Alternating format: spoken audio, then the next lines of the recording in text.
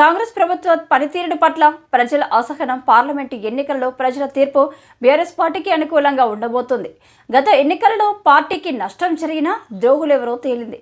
విస్తృత ప్రయోజనాల కోసం బీఎస్పీ పార్టీతో పొత్తు. సింగిరెడ్డి నిరంజన్ రెడ్డి, మాజీ మంత్రి ఉమ్మడి గోపాల్పేట మండల బీఆర్ఎస్ పార్టీ సమావేశం పద్మావతి గార్డెన్ నందు జరిగింది.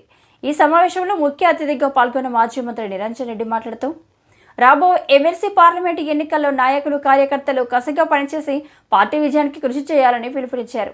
నాయకులు, కార్యకర్తలపై నేను పూర్తి విశ్వాసంతో ఉన్నానని, అదే విశ్వాసంతో పనిచేసి ఎమ్మెల్సీ పార్లమెంటు ఎన్నికల్లో విజయానికి కృషి చేయాలని అన్నారు.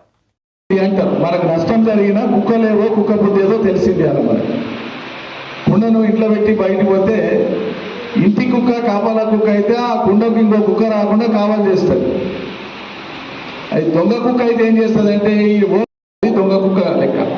అందుకని కుండ కలిగిన కుక్క బుద్ధి తెలిసింది అంటారు పెద్దలు.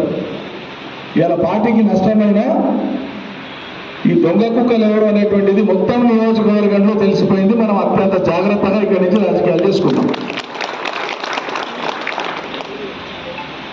నేను చెప్పినట్టు మీకు ఏమైనా తప్ప అనిపిస్తుందా?